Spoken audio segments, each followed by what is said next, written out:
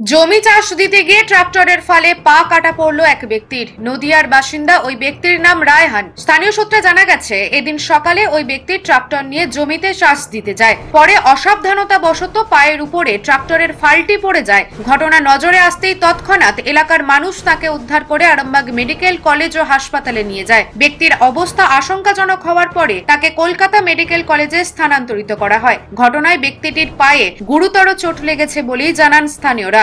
ঘুরতে গেছে সকালবেলা বাসাতে বেরিয়ে যে ও গিয়ে ওটারটাতে নেমে ওটার উপরে গিয়ে বসছিল আর ও পড়ে গেছে। জমি চাষ দিতে গেছিল, পিছন থেকে চাপা পড়েছে। নিউজ আজ বাংলা, আরামবাগ। রোগীর সেবায় নিয়োজিত প্রাণ, চিকিৎসায় এবেগুনি একমাত্র নাম।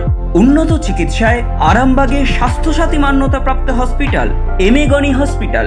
এখানে রয়েছে 24 ঘন্টা চিকিৎসা পরিষেবা, দিবারাত্রি রোগী ভর্তি, উন্নত মানের আইসিইউ, এইচডিইউ সহ বিভিন্ন জটিল অপারেশনের সুব্যবস্থা। আমাদের ঠিকানা কোট রোড, আরামবাগ, হুগলি। যোগাযোগ 8640955066 অথবা 03211255222। এবেগুনি হসপিটাল, আপনার সুস্থতাই আমাদের সাফল্য।